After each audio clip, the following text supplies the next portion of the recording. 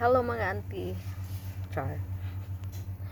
Pang ano yan, pang dipin sa eye bag. So for today's video guys, I wanna share with you all guys how to process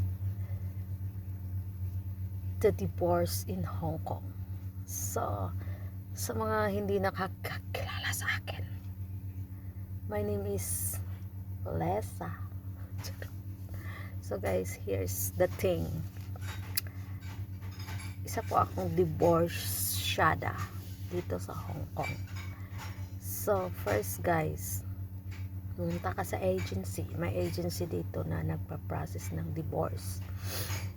Tapos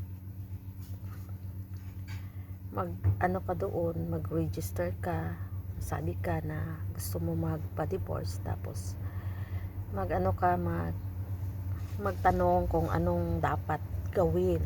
Ngayon, kung magkano at saka kung ano ba yun, ilang months bago mag-grant yung divorce na in-apply mo. So ito yung ginagawa ko guys. Nung pumunta ako doon, tapos nag-apply ako, hiningan nila ako ng marriage contract original, marriage contract original. I don't remember kung my birth certificate, basta yung naalala ko lang marriage contract yung hiningi sa akin. Tapos ayun na guys, i-schedule kanila ng ng tawag dito, court appearance. So mag-schedule sila ng court appearance, gagawan kanila ng form, lahat ng mga documents doon tungkol sa iyo, sila na yung mag-arrange noon. Tapos yung tawag dito, mag-schedule sila ng appointment. Tapos agahan mong pagpunta doon kasi pupunta kayo sa family court. Punta kayo sa family court.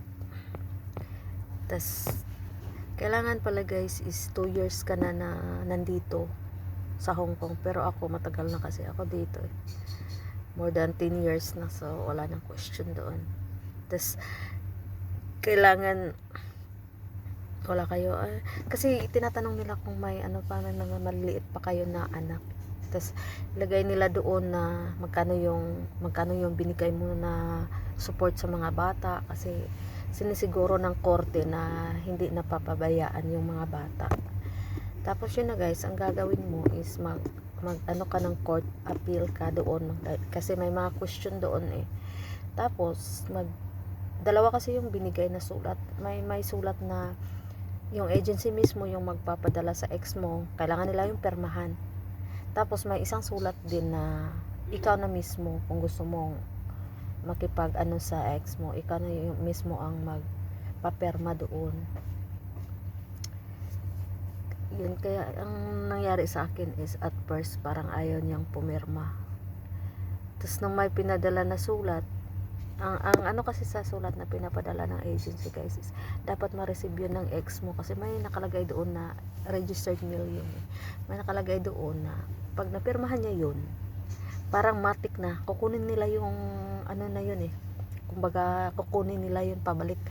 So para bang linlang ba, kung napirmahan niya yun hindi pa niya nabasa kung ano yung sa loob, matik na yun pagbalik sa dito, na yun, parang yun ang gagamitin nila na kunwari pumirma siya pero hindi niya alam. Parang ganun. Pero yung sa akin kasi guys is pumirma siya ng kusa na hindi ko alam na pumirma na pala. So thanks God by that.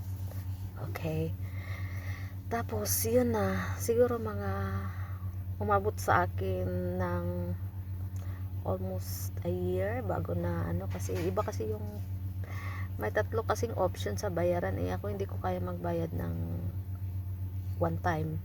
Doon ako sa pinaka na option yung buwan-buwan ako nagbabayad hanggang sa natapos ko.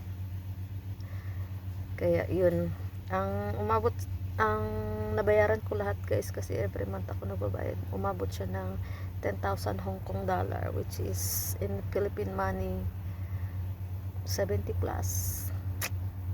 Diba ang mahal? Ang mahal makipaghiwalay kaysa makipag asawa tawag dito.